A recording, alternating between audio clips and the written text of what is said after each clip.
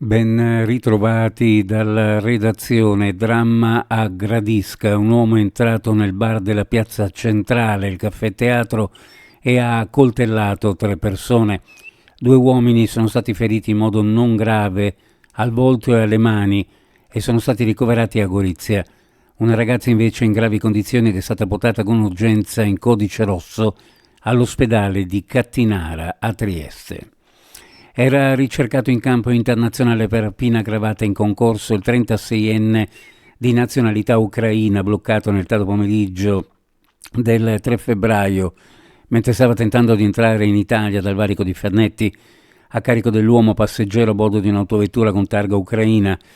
Era emerso un mandato di arresto provvisorio ai fini estradizionali disposto dalle autorità giudiziarie ucraine nel gennaio dell'anno scorso. Il 36enne è attualmente a disposizione della Corte d'Appello di Trieste nel carcere cittadino del Coroneo. Incidente mortale nel primo pomeriggio di ieri a Villanova dello Iudrio. Un motociclista di 61 anni e residente a Gradisca di Sonzo mentre viaggiava in direzione Gorizia ha perso il controllo della sua 2 ruote a seguito di un tentato sorpasso. Nella carambola il Centauro ha perso il casco e battuto violentemente la testa per terminare poi la corsa nel torrente Corno. Immediato l'intervento dei sanitari che nonostante le cure tempestive nulla hanno potuto fare per salvare la vita del Centauro.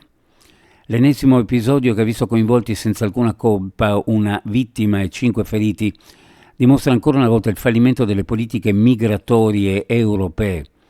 Non possiamo permettere che l'insicurezza si diffonda nelle nostre comunità a causa di modelli inefficaci ed una integrazione solo teorica. Servono regole chiare, risposte immediate ai primi segnali di mancato rispetto delle norme per garantire sicurezza ai cittadini e tutela dei territori, anche per reati minori, chiunque delinqua, anche con iter di riconoscimento del suo status in corso, deve essere immediatamente rimpatriato. Lo ha dichiarato il presidente del Friuli Venezia Giulia Fedriga, commentando l'attacco avvenuto a Villacco in Austria, in cui un 14enne ha perso la vita e 5 persone sono rimaste ferite. Uno sguardo alle previsioni: cielo da poco nuvoloso a variabile, in giornata sereno poco nuvoloso, sul Tarvisiano persistenza di nubi basse e fondovalle con possibili foschie sulla costa e sulle zone orientali, bora da moderata a sostenuta specialmente a Trieste e sul Carso.